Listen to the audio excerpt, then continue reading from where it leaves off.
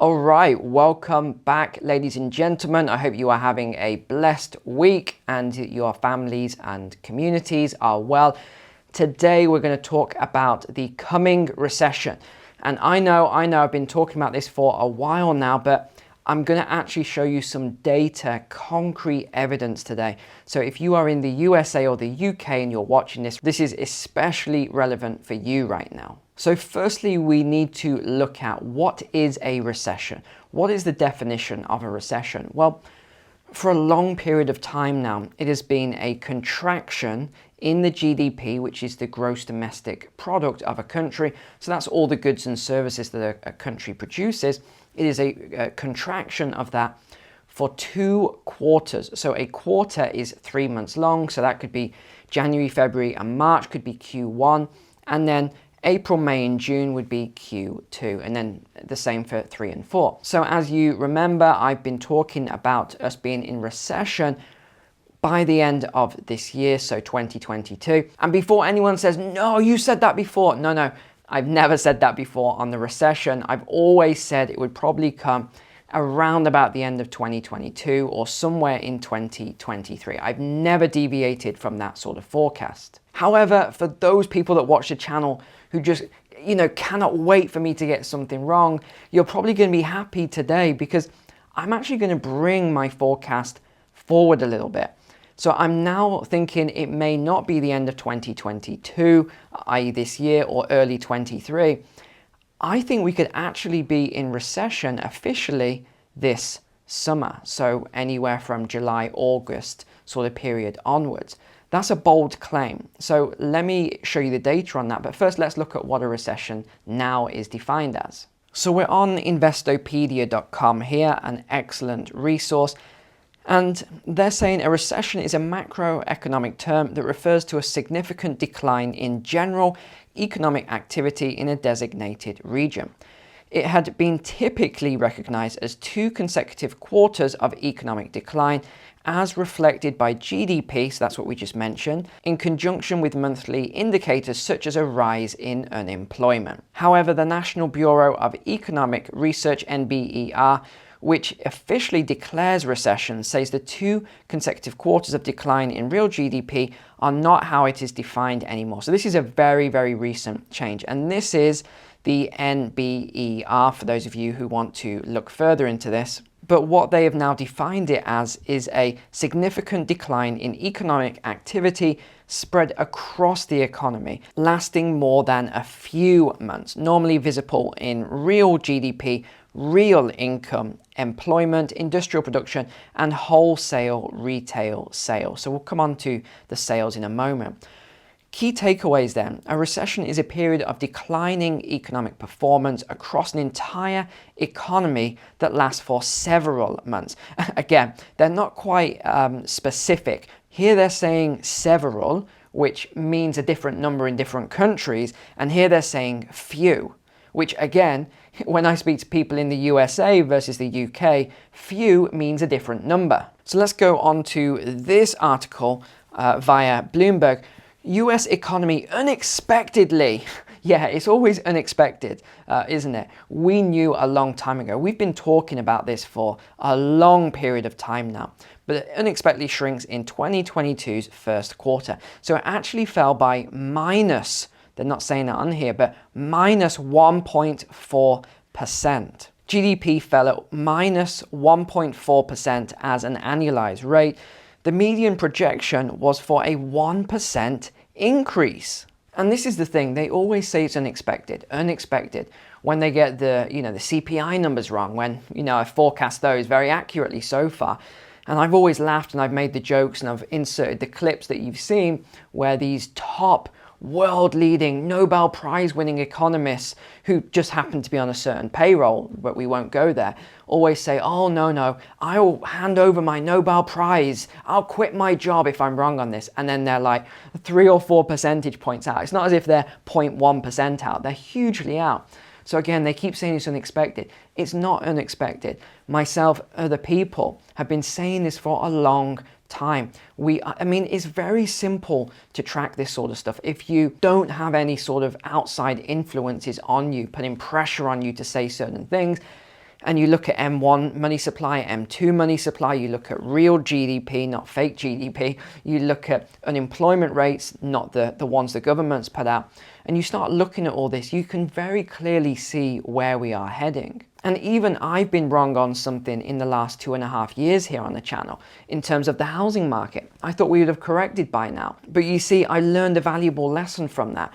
And what I learned was that what I thought a central bank would never in a million years do, they actually did, which was to create loads and loads and loads of new currency, which of course this falls into the Cantillon effect. The rich get richer, the poor get poorer, and then you see more social unrest and societal breakdowns.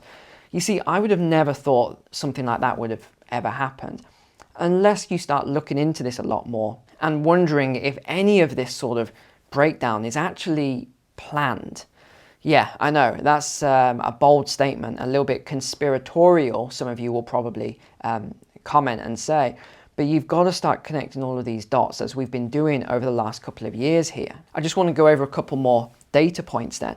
So a minus 1.4% correction then. And if we actually saw, say, another 1.4%, which I think is completely reasonable, and I'll show you why in a moment. If we saw this in Q2, so this would be April, May, and June, we could easily be in recession as of the 1st of July, although it seems as though they're not going to measure it in this way. It could be a few. How many months is that?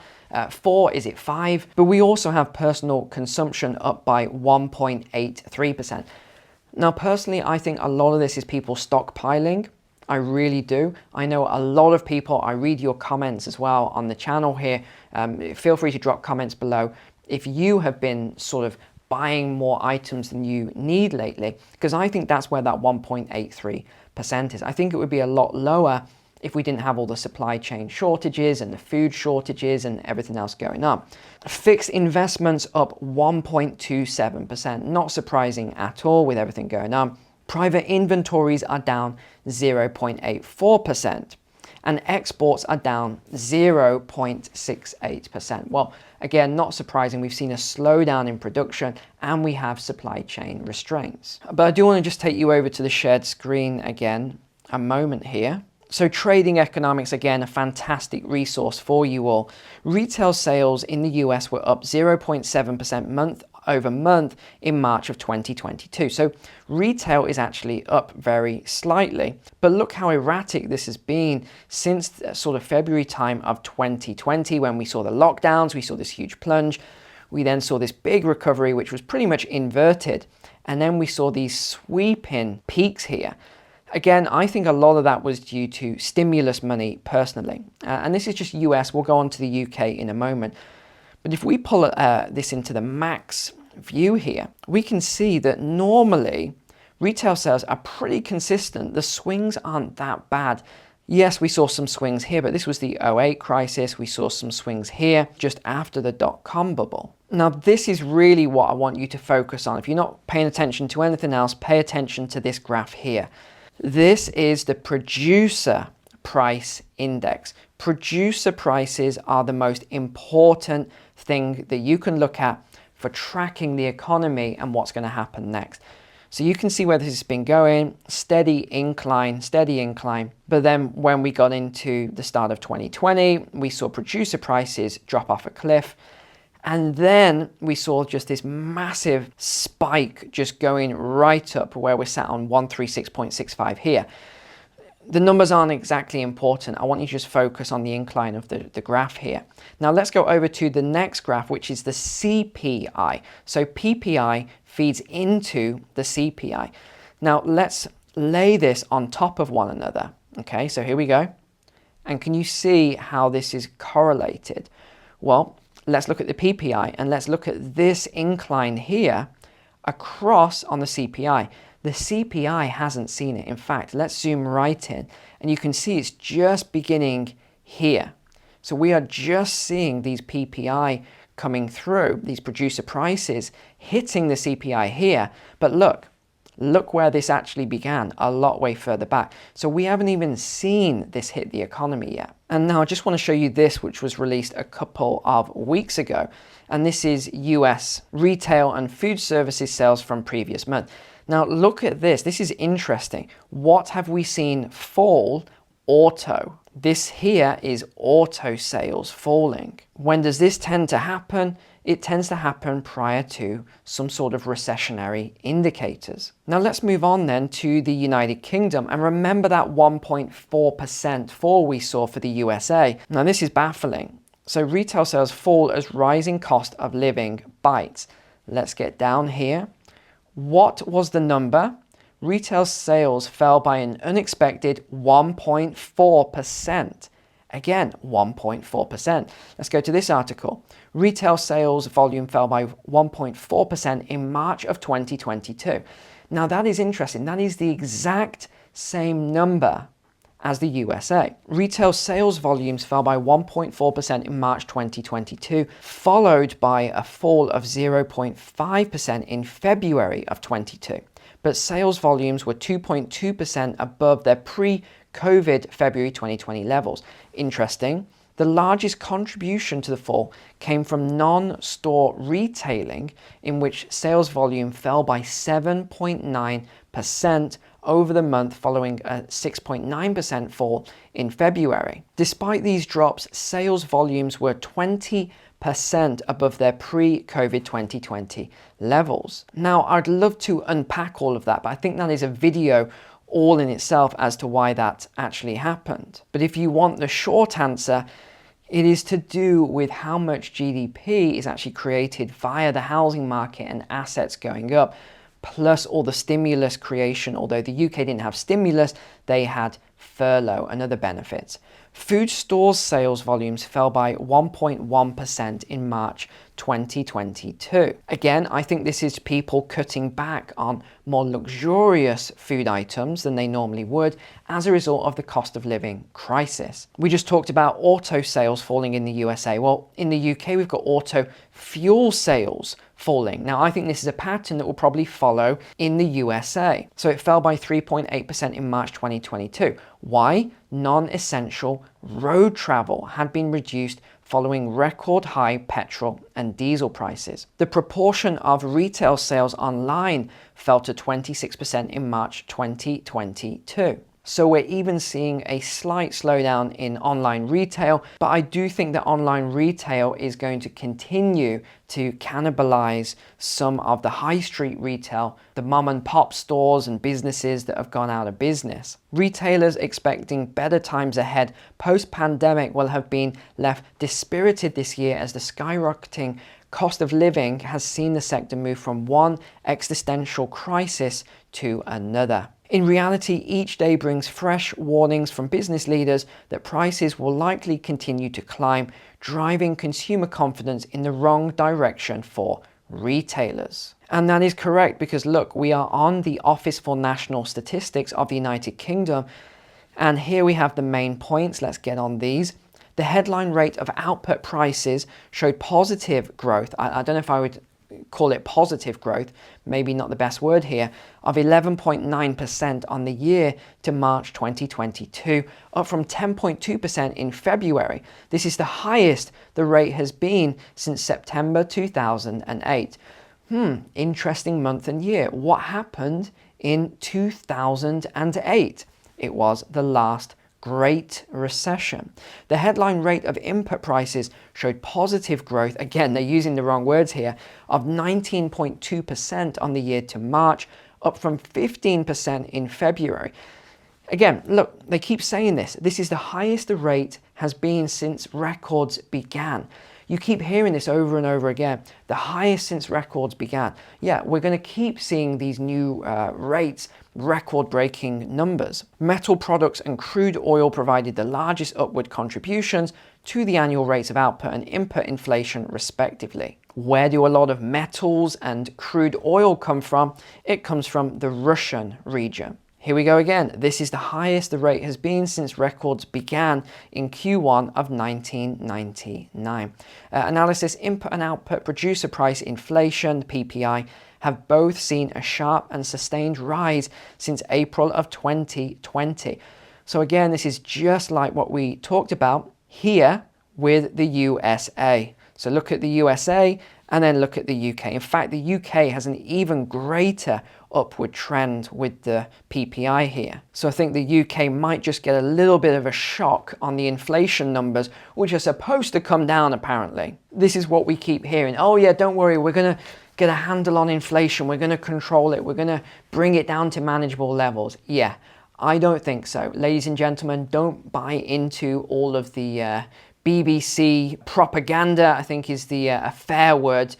Some people don't like me saying that about the BBC because it is the British Broadcasting Corporation and, you know, it's the most trustworthy and all of this.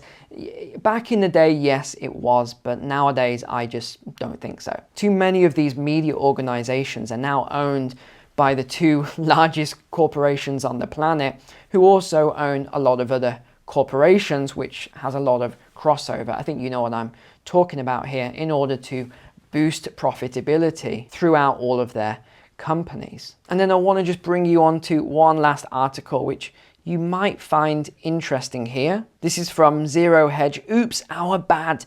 IMF director admits we printed too much money. Now this is from the IMF director, Kristalina Georgieva. I've covered her before on the Great Reset video that I did. So this week she said we printed too much money and didn't think of the unintended consequences.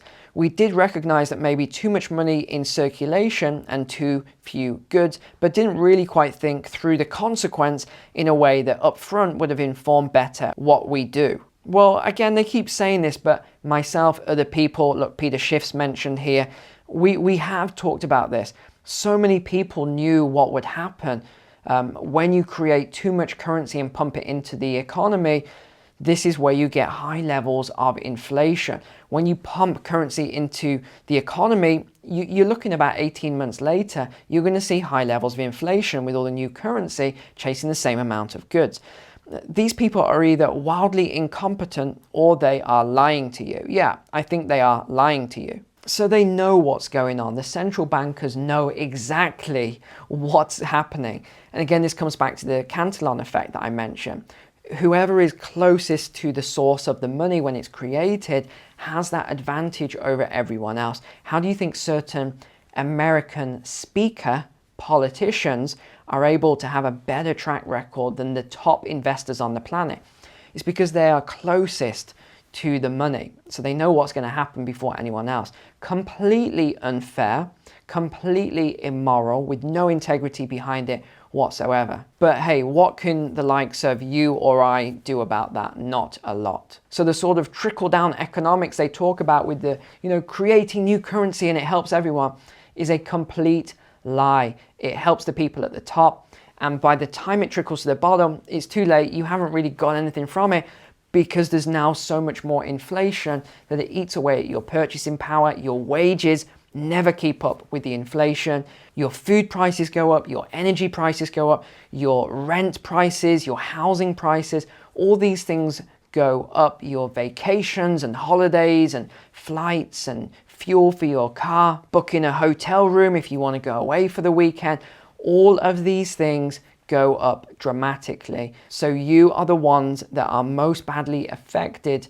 by all of the currency creation that then gets pumped into the economy. So you've just got to take everything you see with a pinch of salt, do your own research and look into fundamental economic principles like I've showed you today with data. And that's really the only way you're going to get the truth of what's actually going on right now. So thank you so much for watching today. I really appreciate you as a subscriber and a long-time viewer. Take care, God bless, and I will see you tomorrow for the weekly walk and talk. See you then.